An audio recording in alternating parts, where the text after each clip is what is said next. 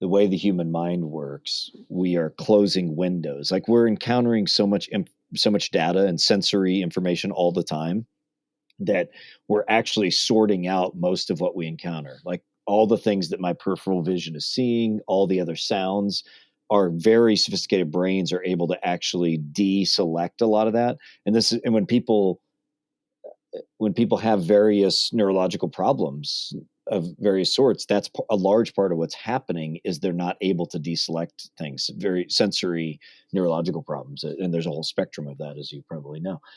And so the reality is that gift of the human mind to do that is the dark side of that is that if you, as the saying goes, there's never a second chance to make a first impression, right? And that's true with every message.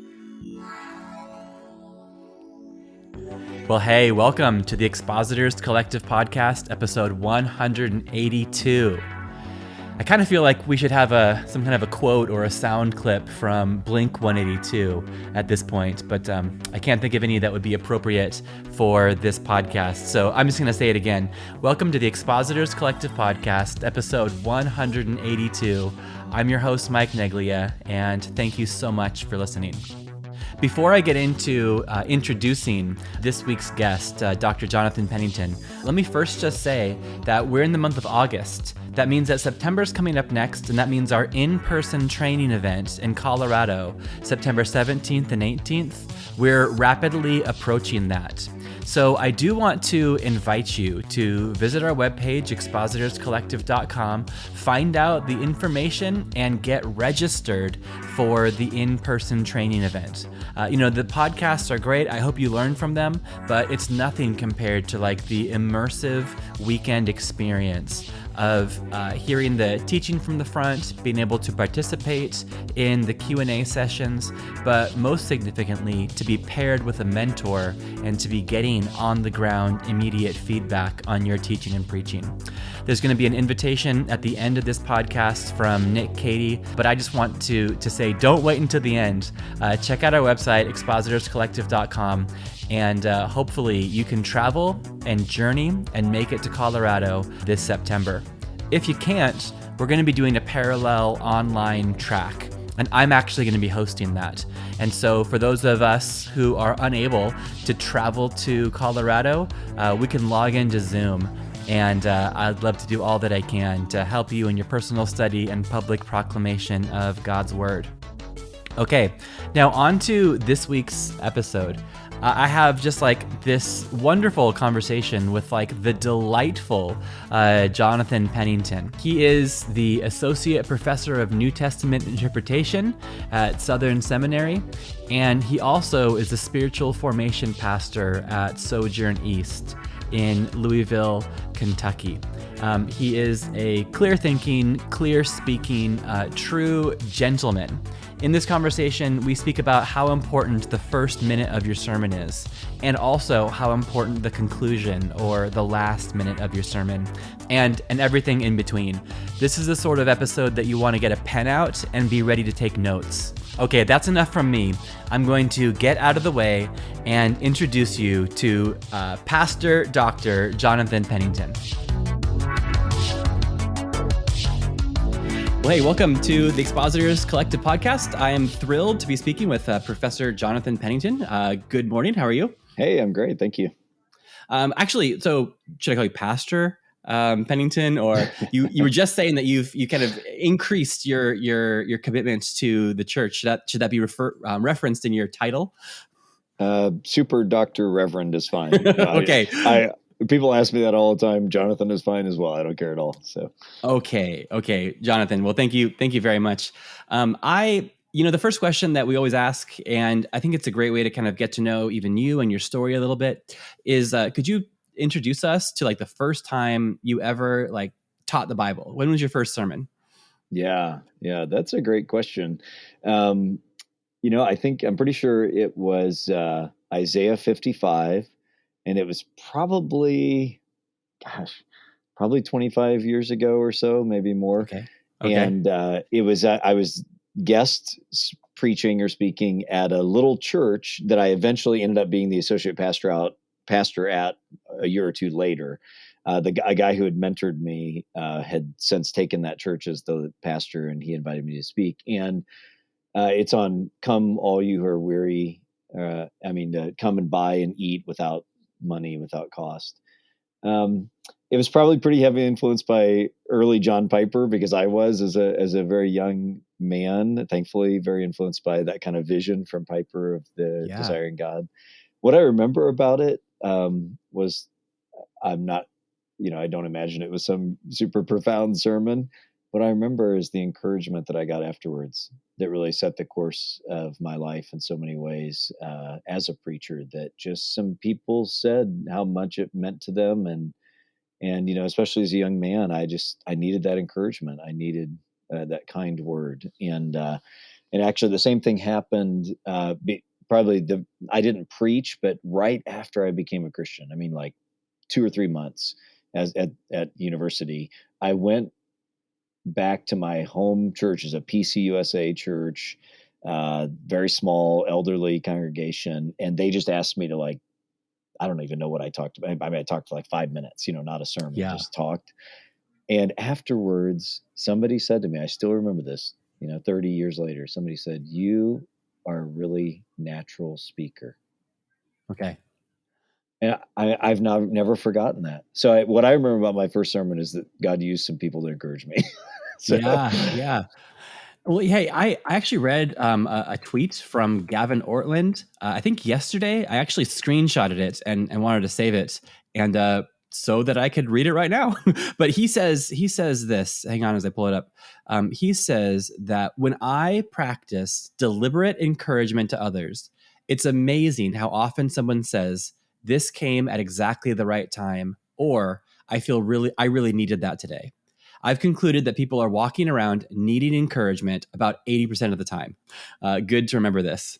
absolutely. So, yeah. So, what a underutilized ministry of encouragement. Um, and yeah, if you try to do it on purpose, the person will say, "I really needed it." And I guess most people do, especially or particularly a young man after he preaches a sermon. Absolutely. Uh, but Absolutely. but certainly Yeah. not limited just to that, huh? Absolutely. Yeah. I mean, as I talk about, I think in the book at some point, maybe I don't, whenever you're creating something and writing a sermon and speaking, those are creative acts. And whenever you create something, you are putting something inside of you outside of yourself. And that is a place of vulnerability. That's a place of fear. And what people need the most when someone steps out and is vulnerable is they need people to receive it, Yeah. and encourage, especially a younger person. So yeah, I'm very thankful. Yeah, I don't know who said this one, but didn't someone say like, yeah, to preach, to really preach, is to die naked a little bit every time, and then when you finish it, you know that you have to do it again next Sunday. Um, Right. Right. there is a degree of self revelation. You give yourself if you're doing it right, or if you're really leaning into it, that it is a revelatory act.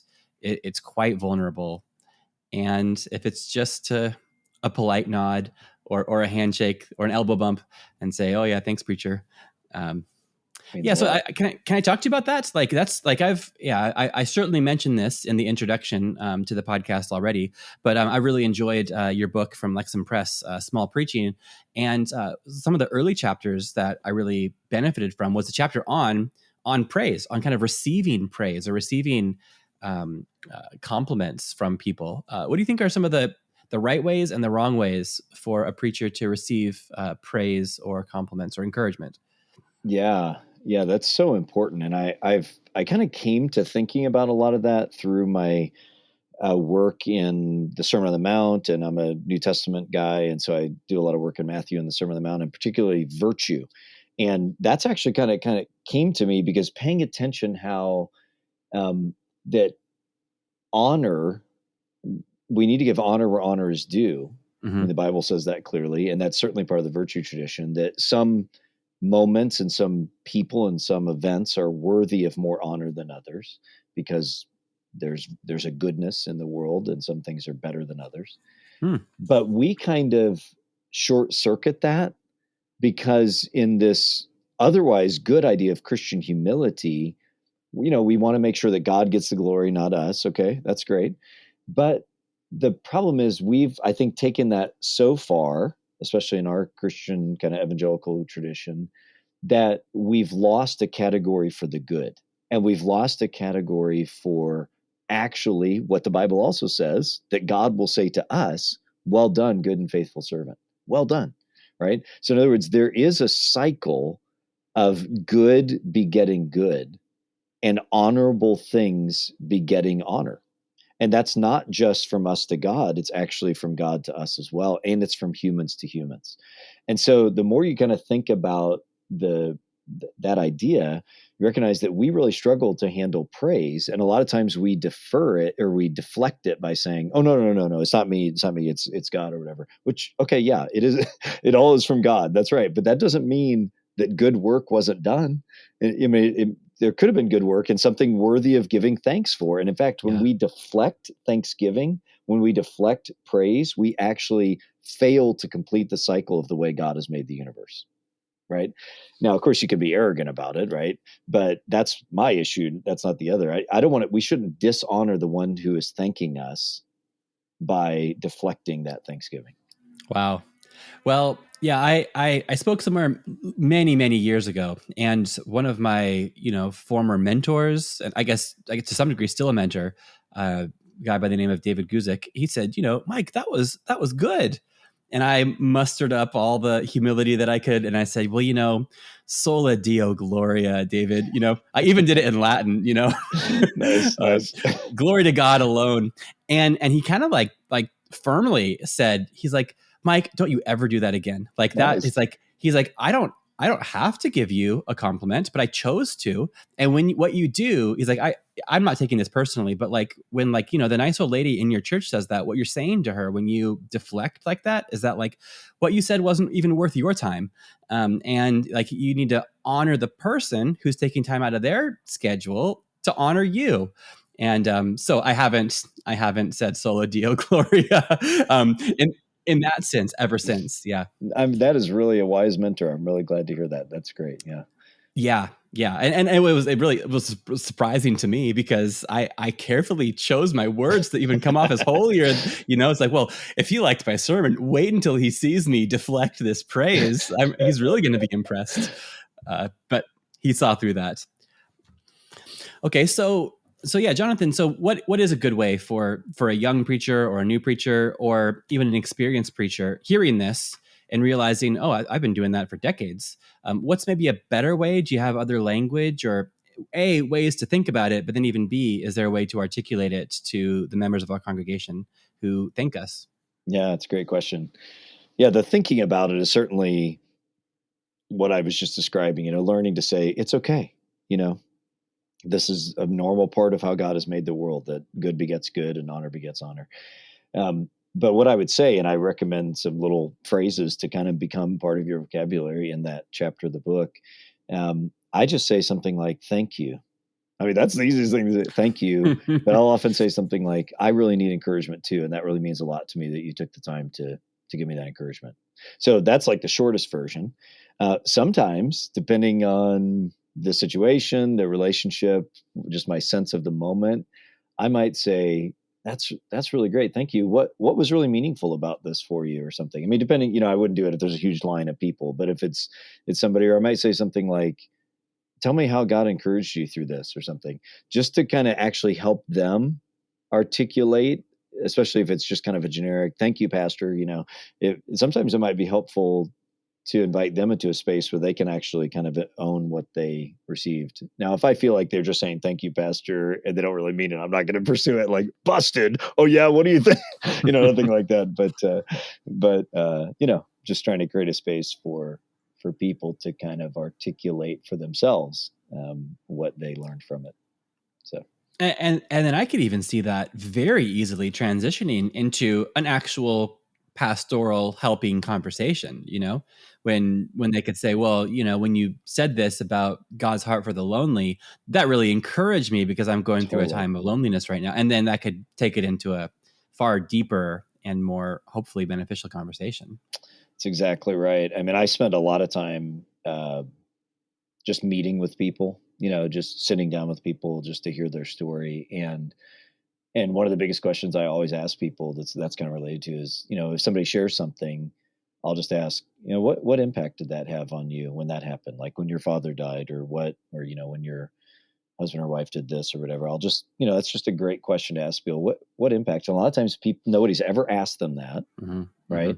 And secondly, they've never even asked themselves that a lot of times, right? And that is a huge pastoral moment to just create a space for people and just minister grace to them. And so I just really affirm what you're saying. I think it could be a good moment.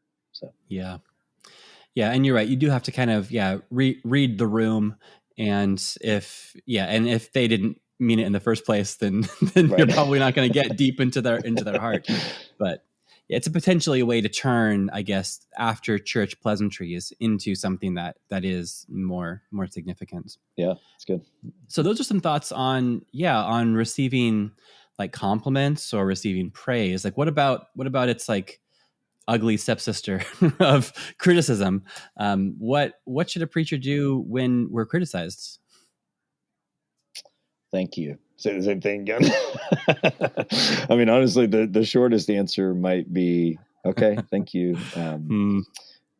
I I hear what you're saying, and I'll consider what you've said, or something like that. I think of the proverb, a harsh word stirs up anger, but a gentle answer turns away wrath.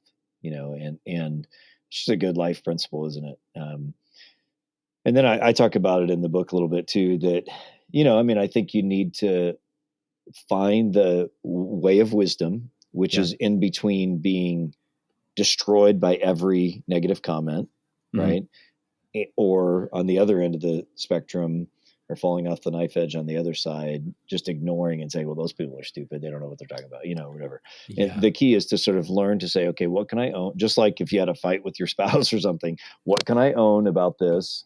Yeah. What can I learn?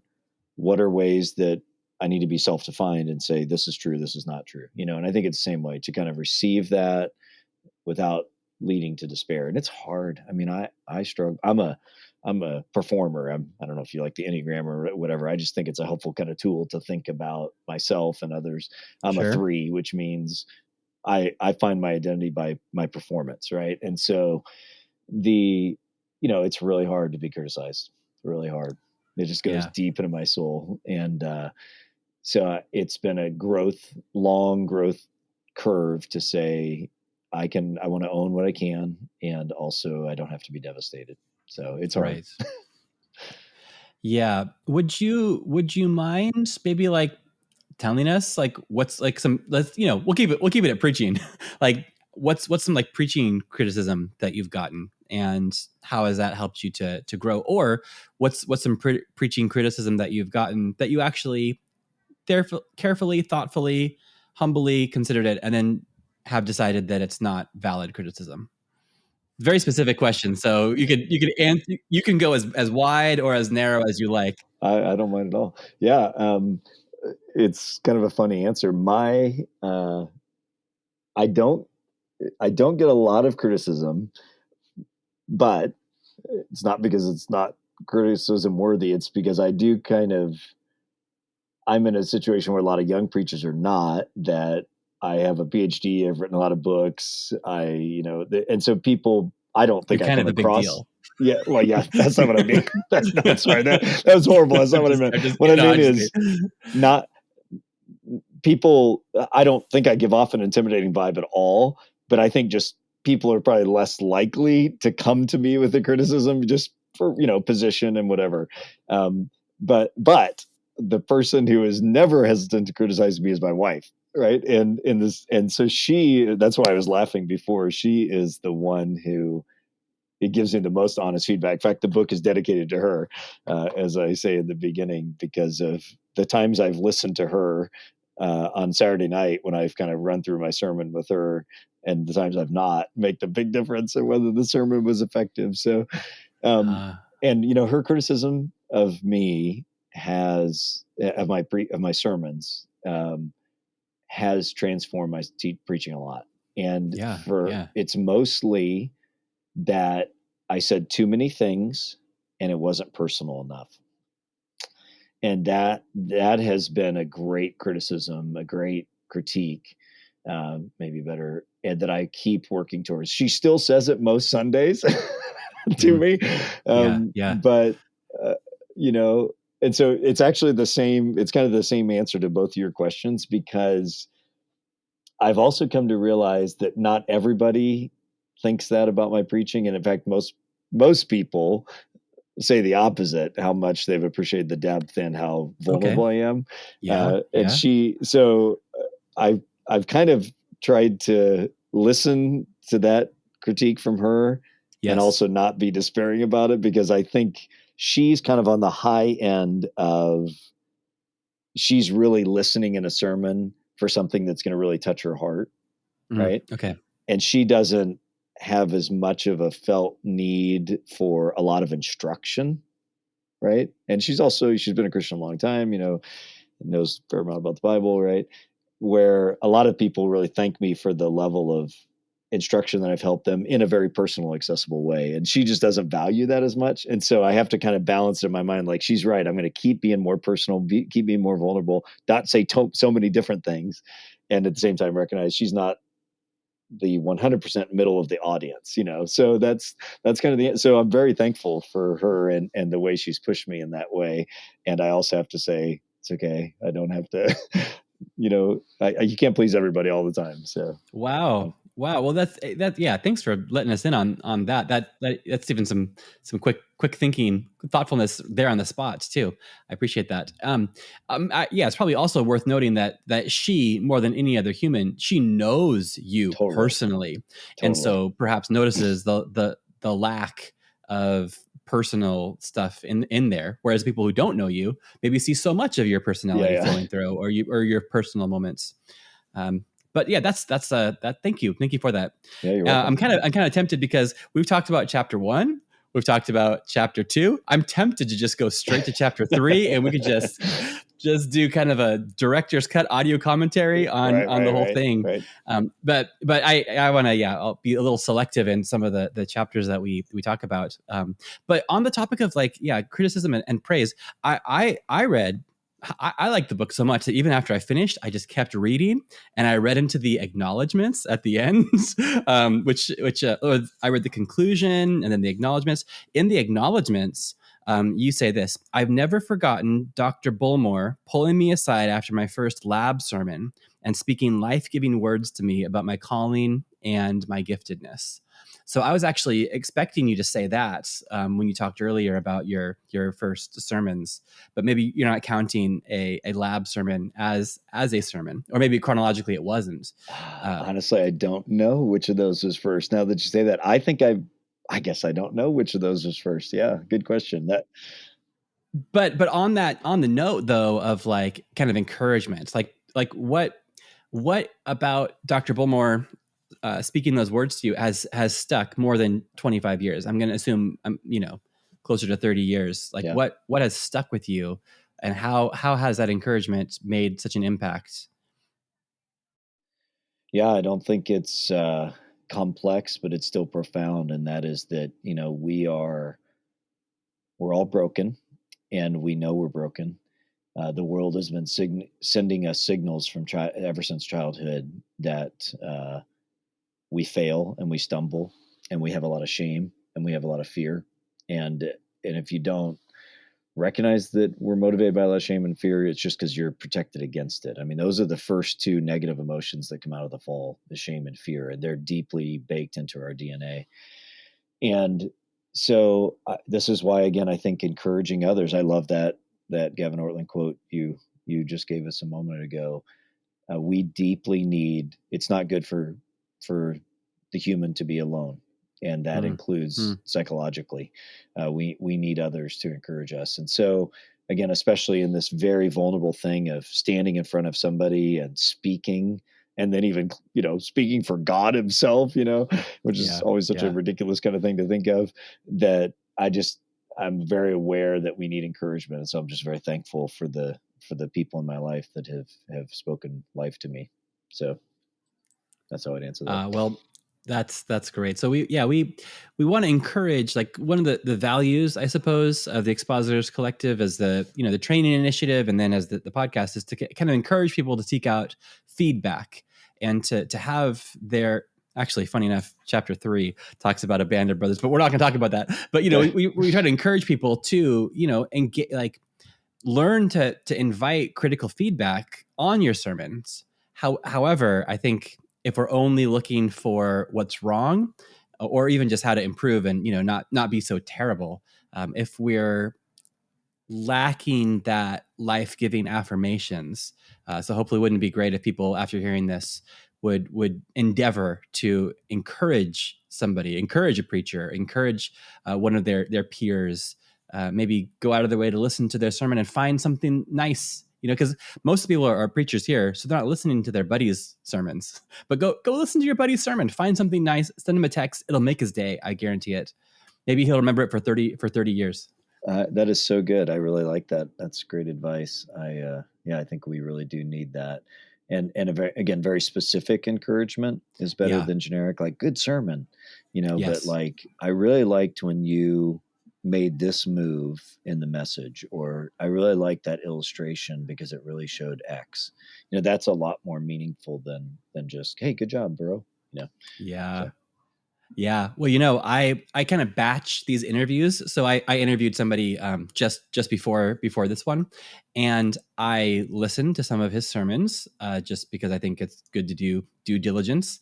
And I, at the end, I asked him how he's trying to improve. He said that he was trying to improve in just heralding Christ throughout the sermons more. And and I said, well, I listened to your most recent one in James chapter 5, verse 16 and 17, and I loved how you did. And then I wrote down in my notes the sentence that he said that I thought was so good. And we kind of had a moment, because he was like, I felt like such a failure. And I was so embarrassed when you said that you listened to that sermon, because I thought that was the worst sermon I preached in a long time. And I was like, no, brother, like, what you caused me to, like, worship at my desk as I heard that part.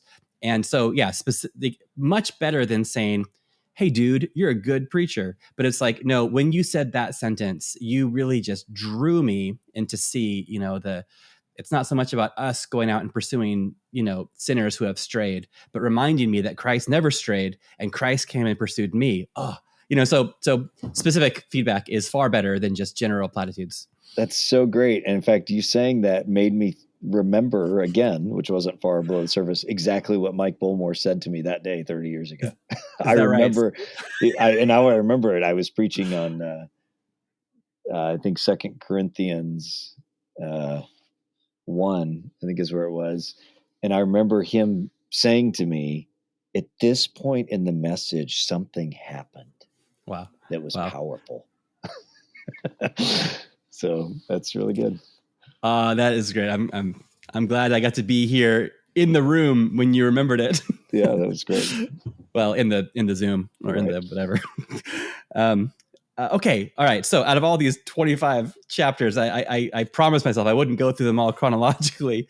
But something that really stuck out to me, and then I know that it stuck out to other people as well, is these other kind of twin chapters where you speak about the importance of the first minute of the sermon and the last minute of the sermon. I think, like, universally, out of all the reviews that I found, that's what everyone says they liked the most. So thanks for those real, actual, like, nitty gritty pieces of advice. Let's say, gun to the head, you had to make either the first minute good for the sake of the last minute, or you had to make the last minute good for the sake of the first. How would you choose? Fortunately, there's no guns to any heads, so you won't have to choose. But, like, what do you want to talk about first? What do you think is the most important? And there will be a first minute and a last minute no matter what, right? So yes, I'd say first minute. Yeah, I'd say first minute. Yeah, because as I suggest in that chapter, the way the human mind works, we are closing windows. Like, we're encountering so much data and sensory information all the time that we're actually sorting out most of what we encounter. Like, all the things that my peripheral vision is seeing, all the other sounds, our very sophisticated brains are able to actually deselect a lot of that. And when people have various neurological problems of various sorts, that's a large part of what's happening is they're not able to deselect things, very sensory neurological problems. And there's a whole spectrum of that, as you probably know. And so the reality is that gift of the human mind to do that uh, is the dark side of that is that if you that as the saying goes, there's never a second chance to make a first impression, right? And that's true with every message. Now, granted, if you're preaching in one place, and this is why preaching in one place for a long time is so good, one of the reasons. If you're, preaching the same place, like I'm a known entity at my church, I don't think people are sitting there going, this first minute better be good, right? Yes. Yes. But it might be. I mean, not only they're visitors, but if they don't know me yet very well or something, but it's happening for all of us, whether this is going to be relevant and significant and meaningful, that first minute really matters. And so, I mean, it's not a disaster, as I think I say in the chapter too. It's not like the Holy Spirit can't do, maybe somebody starts paying attention halfway through. Okay, great. I mean, but I'm just talking from the perspective of crafting to whatever degree we can affect the effectiveness of a sermon, or our human agency in it. I think that first minute's really, really crucial. And some of the things that I think we shouldn't do, that I see a lot, are, physical activities that are unrelated to the message. Taking off your watch, I don't know, taking a drink of water, do all those things before you go on stage. This is game time. And also, spending a long time thanking, especially if you're a guest somewhere. Oh, thank you. You're so amazing. I'm nothing. I'm so glad you invited me. I'm not as good of a preacher as your regular guy. Yeah. What are you doing? You've just wasted time. You've wasted your minute, and it's probably false humility anyways, right? So that's just a bad idea. Don't do any of that. Stop that, right? Just get up there. So I walk on the stage. And one of the things, I think I say this in the chapter, one of the things is absolutely crucial that you wouldn't think of before you ever preach anywhere. Go on stage before the service starts so you know exactly what it's going to look like, right? So I preach other places a decent amount as well. Last weekend I was in Texas, and I've actually preached at this place I was at several times, but I made sure I went up on stage, paid attention to where the lights were, paid attention to the height of the podium. There's all those things that you've got to do before you start preaching so that you can be in the moment. So I just walk on stage. I usually say good morning, just as kind of personal greeting, and then I just start talking, and I find that very effective. So Yeah, well, I highlighted this. I love it. You say, often guest preachers waste precious moments of time thanking and praising the host. We get it. We don't need it. Start preaching. That's really, it's implied, and of course you have a good relationship with the church, or else you wouldn't have been invited there in the first place. Right. So words of that's really, really, really great. I found that to be very good. It's really caused me even to think through my own what's taking place. I'm not a guest speaker at my church, but I'm preaching this Sunday, and I'm thinking about, okay, well, there is something I was going to say. We'll talk about this in a moment, but it's Father's Day this coming Sunday, and I was thinking, well, should I say something acknowledging the fathers in the room, or saying something about Father's Day? But I thought, actually, I bet somebody else can and should, and I'm going to just begin the sermon upon my arrival. Yeah, that's a great question. I mean, I don't think it'd be wrong. I mean, if it's integrated, if it's significant, right, for what you're going to be talking about, or if there's a way you can segue from it into the message, okay. But if it's like this separate kind of psychological space and this separate kind of moment, it's probably better to separate it. But I wouldn't say it's necessarily wrong. It all kind of depends on how the whole message is going to go. Well, I'm in the end of John 19, so it's like the spear going into the side of Christ, and then Joseph of Arimathea and Nicodemus burying the body. So it's like, hey guys, happy Father's Day. Look, under your seat, there's some root beer for you. Hey, okay. Anyway, now let's talk about the worst event that ever happened, which is, so I'll leave that levity to somebody else. And for a Sunday like this, I don't want to dilute it with those opening. Well, so that's the opening word. That's the first minute, and the last minute is also important. Some might say, a mistake people can make with the last minute is that it doesn't come soon enough. And that maybe is another discussion. But when we finally get there, what are ways to kind of blow the last minute? Yeah.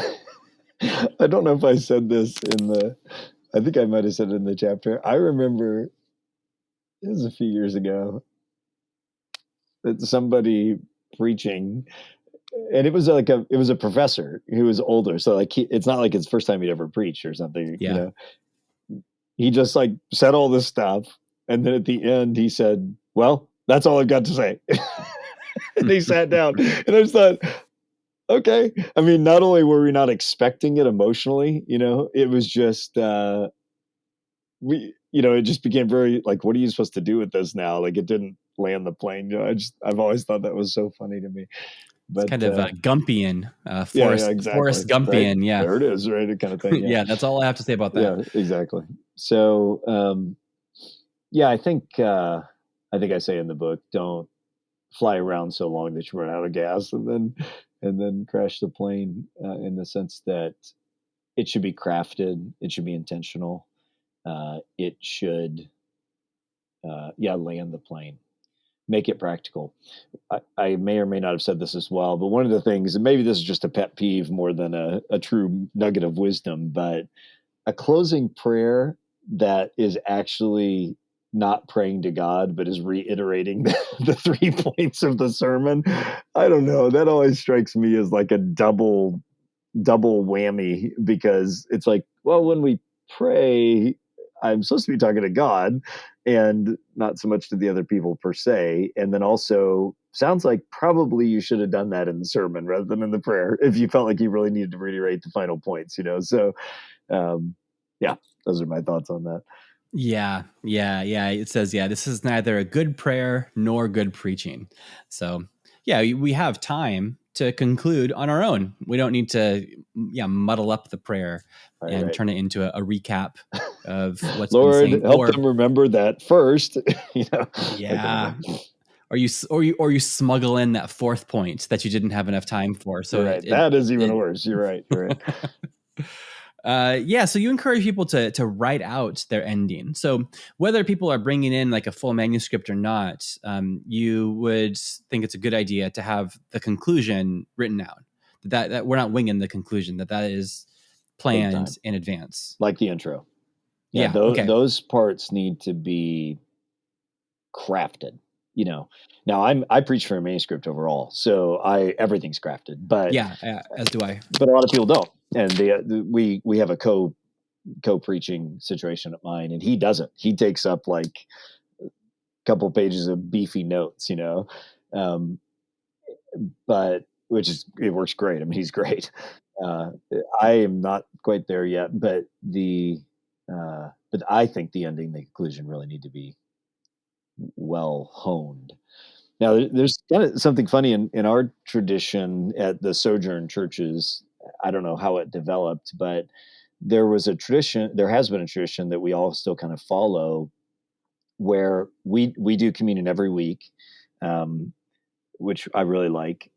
And most of the Sojourn preachers historically have not ended their sermon, but actually gone right into the communion. So like I'd never seen it before, and I do it quite a bit now too, because it's kind of where there's no break at the end of the sermon, and it's just and as you make this kind of transition, hopefully a seamless transition. Yeah, right.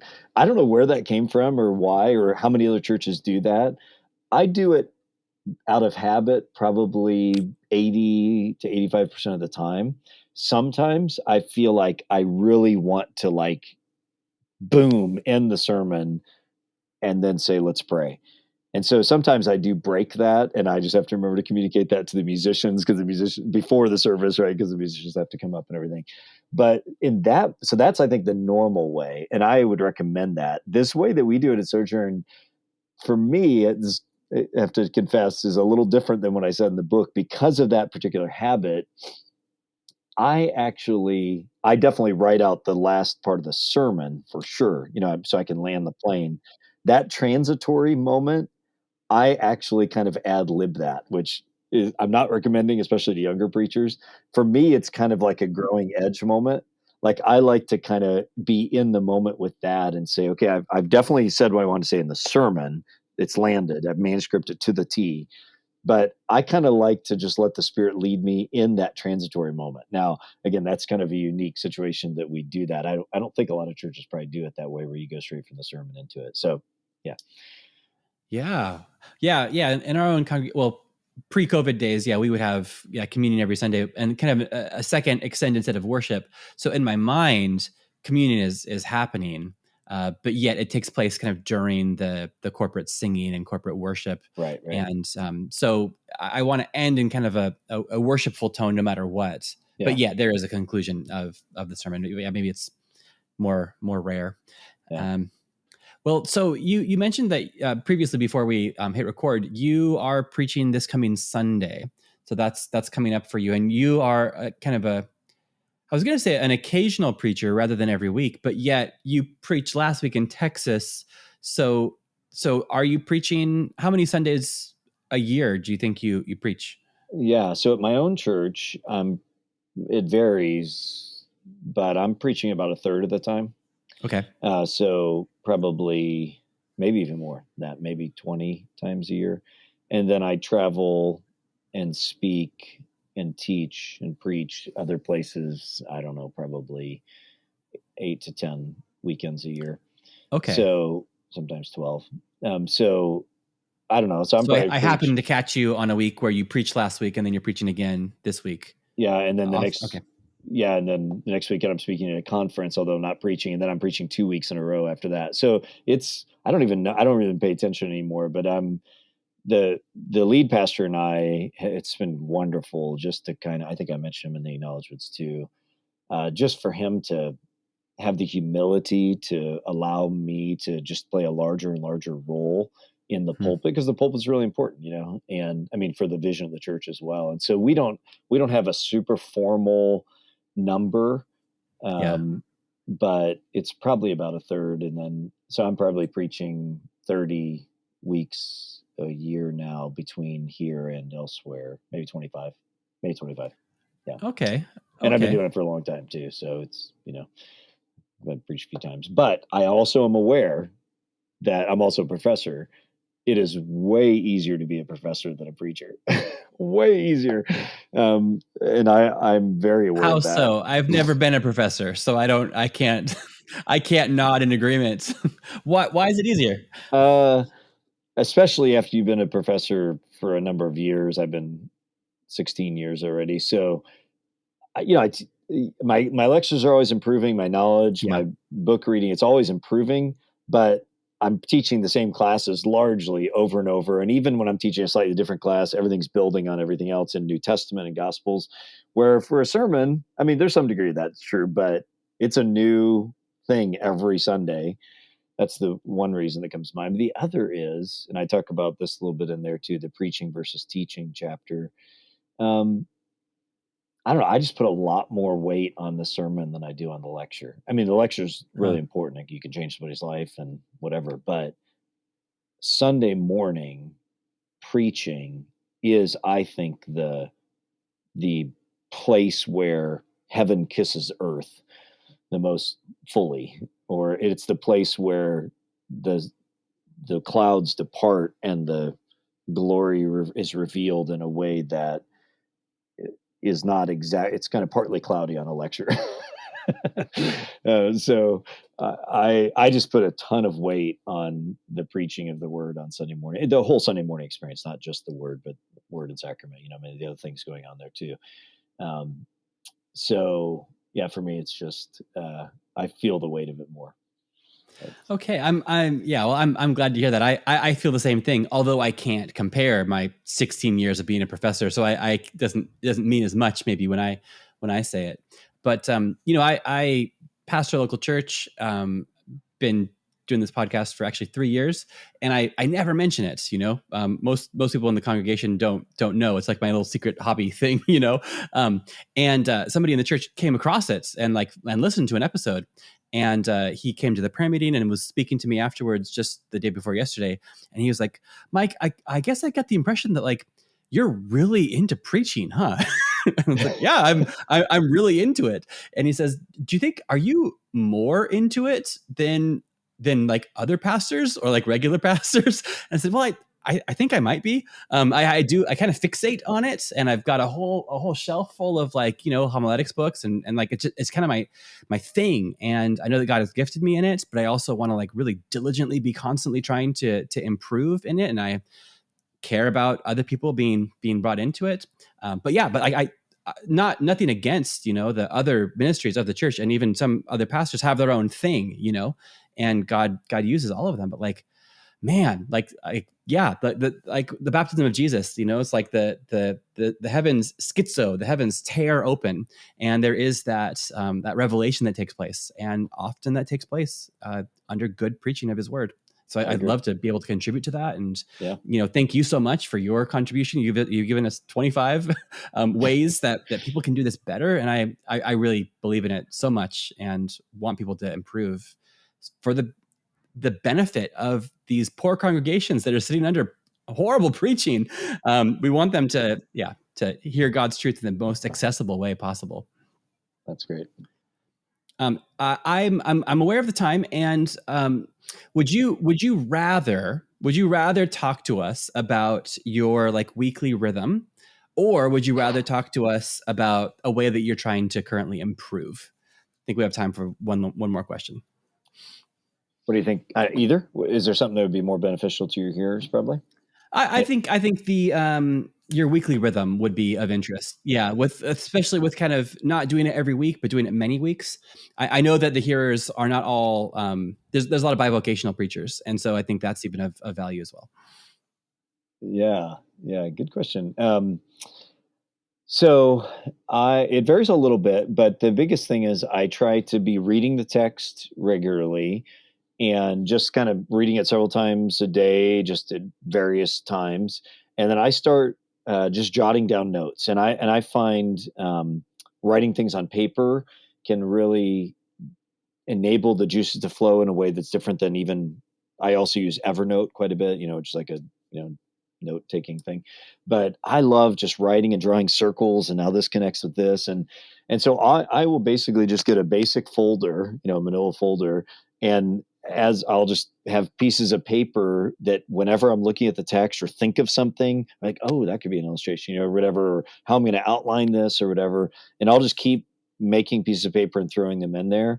And then I'll try, depending on my schedule, to have several blocks where I sit down and look through all those notes and start trying to forge the moves. A lot of times I'll just write. This morning I was working on my sermon and I wrote near the top moves. So that is, what are going to be the movements of the message? So the intro, what am I think the intro is going to be, and then what are the kind of moves? Because my sermons tend to be a very linear argument. I don't think people would say it sounds like an argument, but if you think about kind of, if I ever get to do a smaller preaching and 25 more essays, one of them will be called linear and nonlinear preaching. And this actually came from a conversation I just had with the other preaching pastor at my church. This is his language. That is that sometimes you have a nonlinear sermon where it's like, here are three things we can be thankful for. Boom, boom, boom. And they're kind of separate little sermonettes, right? And I think a lot of times that's a really effective way of preaching. Most of my sermons, those would be nonlinear. So they're like, right. Yeah. I don't know. Get it. You kind of collate them. Yeah, that's right. As opposed to a linear where the whole thing is a kind of building, or I usually think of it as a story. So it's like setting, rising tension to an apex of it, and then bring it home. And there's an essay in there about that too. So I tend to think of my sermons as a linear kind of flow, right? And so figuring out what those moves are is a really important kind of forging moment. And I do that several times. And once I feel like I have gotten it, it may not be set in stone. I may adjust it a little bit, but that's the really crucial moment where I thought, okay, now like a lot of building and beating my head against it. How am I going to craft this thing? Once I sort of say, okay, those are the moves, then I start to fill them out, and it'll probably adjust a little bit. But that's the moment I'm longing for, that I hope happens before Friday or Saturday. It just happened this morning where I thought, okay, that's it. I was really, because I'm preaching a really difficult text, the end of Ecclesiastes 3 into 4, and it's about lamenting over the injustices of the world. It's like, Happy Father's Day, again, Oh, it's and yeah. it's not real clear what to do with the message. So I finally got it, I think, this morning, and was able to kind of line out my moves. So that's a big part of it. And then I try to, by Friday, it doesn't always work because I do have a lot of other hats I wear in my life. I try to manuscript it all out. So I just type it, let it sit, come back to it, and then, not recommending this for young preachers, but no matter when I've gotten the sermon done, 5 or 5:30 a.m. on Sunday, I get up again, I read it through, and almost always shorten it and tighten it and try to make it more personal. Okay. So that, again, not necessarily recommending that you do a final revision on early Sunday morning, but Well, I for was going to some, say, yeah, why not? Why shouldn't young people do that? That sounds like great advice. Like that's what I do. I do that. yeah, But yeah, okay, all right, but do that. Go do that then. Yeah, I know it just sounds a little scary, but I kind of need the game time, 1 hour till game time kind of yeah, energy. Something yeah, happens where I can see it more clear. I'm like, okay, that's not going to work. That's not going to work. That's going to work. That's not going to work. I kind of need that refining fire moment. yes. So maybe everybody does. I don't know, but I guess, yeah, I guess Yeah, each figure it give out. it a shot. So that's not so yeah, you're not and you're not reading a new commentary at 5:30 on Sunday morning. You're not looking up more facts. It's you've got your, let's say, printed or but it's just you're just shortening. Yeah, yeah, yeah, yeah. I should have said, yeah, I'm sorry. I missed that whole part of it. Yeah. Part of that, while I'm just kind of thinking my own things, then I do take a block of time. I should have said that, where I read some commentaries, um, increasingly, I'm reading other preachers' books. I didn't used to do this as much, but like somebody like Zach Eswine, especially in Ecclesiastes, which is like really a hard book to get your mind around. There are some Yes. great preachers' books on Ecclesiastes. Philip Ryken, Yeah. is there Gibson? Is that something? Have you read Tim Chaddock's? No, I haven't. Yeah, that's a good, yeah, yeah. There's so many. Zach Eswines is amazing. So those have increased. Yeah. So I should have said, I do spend some blocks where I take notes on other people's stuff, Yeah. but then the crafting block. But at that point, I'm not looking at anybody else's stuff. I just force myself to sit down there with my notes, Sure. write it out, and then I do another couple of state runs through, including on Sunday morning early. So Yeah. Well, I think that Sunday morning refining time can be, yeah, as so long as the work is already done. yeah, But then if to those two things you said, what you make it shorten shorter it, and you make make it it more more personal. personal. Yeah. Like I think probably most preachers, regardless of age, could do that. Yep. Could go for that, to have it a little bit shorter, a little bit more personal. And yeah, that I like that. Yeah, we said game time. You said, or the Yeah, I need buzzers that coming. Yeah, kind of like, okay, it's about to happen. I got to get on this. So, yeah. Yeah, well, that's excellent. Yeah, thank you for kind of bringing us into your week, and yeah, you've kind of given plenty of tips for others, but kind of seeing how it works through in your own life. You something from the most recent sermon of yours that I listened to, the one at the end of Titus. oh yeah, Yeah, I really appreciated how like not only you kind of spoke about like the things that you saw in the world and in your life that you kind of saw evidence of God's goodness in, but you also like acknowledged that it was more than just you and your own experience of seeing God's goodness, but you are inviting people towards that goodness. But you kind of mentioned like, hey, maybe you're like 11 years old and you don't even drive yet. There's ways for you to participate in this, and you mentioned these different kind of like groups of people within the church, and even kind of like named them bit by bit.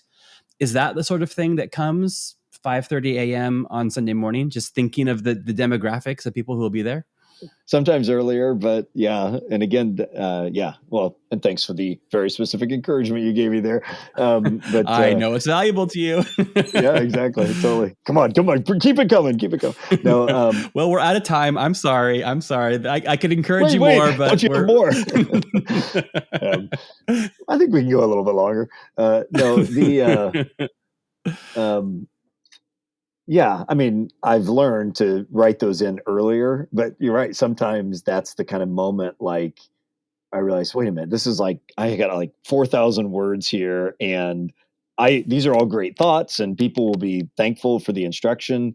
But I've got to make sure you're right. I mean, a lot of times I rewrite the ending on Sunday morning, honestly, because Oh I want yeah. to bring it really home to people.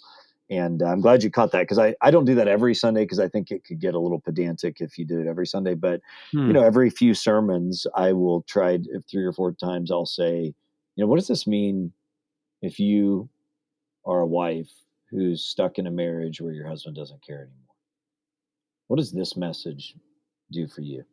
And just to get really specific, because I always remember, people are coming to church in all kinds of states of mind and heart. And for some people, they have just prayed, God, if I don't hear from you today, I don't Yeah. know if I can go on. Yeah. That a lot of people pray that prayer, and understandably, or it just sort of really, they just feel apathetic and dead. And it's our job, it's our responsibility to put the labor into thinking specifically about how what all your theological thoughts and whatever you've said from the text, how that actually you want to help people see how it can actually speak into their lives. That's our job. It is not their job Hmm. primarily. They need Hmm. to own it. But you and I need to labor at helping them see the connection that they won't naturally necessarily see. Yeah. Which can be, imagining those situations of someone saying, God, I need to hear from you today. And realizing like that's our responsibility. That can be crippling, that could cause me to just go through draft after draft, Oops, sorry. trying. Yeah, well, I'm saying one could just think through every demographic in my congregation, to the students from Singapore who are here. Here's, and really going through all of those. But yet also too, if we do the hard work of studying the text, bringing out what we believe is appropriate, and then trusting it to the Lord. I often pray, one of my Sunday morning prayers, is to, I hold my manuscripts, and just speak about, this is dry bones. A Spirit, I need you to breathe on this. Or, just kind of like think of Elijah putting up the altar. This is an altar, like I've put these stones here and I've put the sacrifice, here's the wood, but I need your fire. And like, so there's things that we can contribute, but of course we're looking for God to breathe his Spirit or send his fire or whatever Pentecostal metaphor you want to Yeah, those are use. great. I'm going to use those. Those are really helpful. Thank you. That's really great.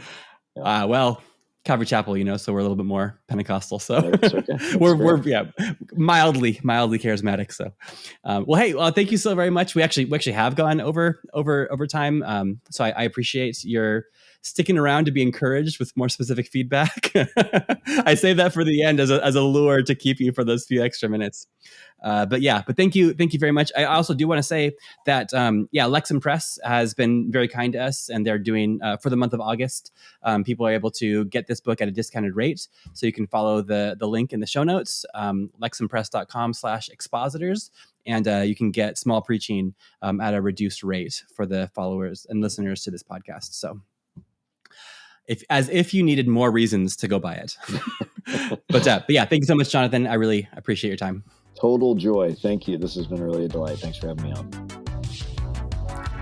Well, thank you again to Dr. Pennington. I really enjoyed that conversation. And let me say this again to you, to the listener. His book, Small Preaching, which has so many more great, thoughtful little nuggets, is available for the month of August at a discounted rate.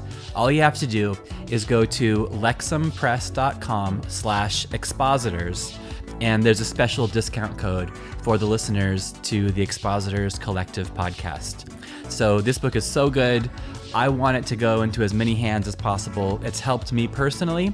And if this interview has kind of alerted you or whet your appetite, well, then go get the book at a discounted rate. It's even cheaper than it is ordinarily. All right. So at this point, I do want to just pass it over to Nick Cady to give you your second invitation to Colorado this September 17th and 18th. This is Nick Cady inviting you to the Expositors Collective Training Weekend coming up on September 17th and 18th in Colorado Springs, Colorado. This will be our first in-person gathering since the pandemic, and we are so excited to get together again for this 24-hour immersive experience, which will help you grow in your private study and your public proclamation of God's Word. We also have an option this time for you to join us online if you aren't able to come in person. This event is open to men and women ages 18 through 34 who want to grow in their ability to preach and teach the Bible. We'll have everything from outlining help to sermon prep resources. We'll be learning in small groups with hands-on application and help from seasoned Bible teachers. You don't want to miss it. September 17th and 18th in Colorado Springs. More information and registration is available on our website, expositorscollective.com. Hope to see you there.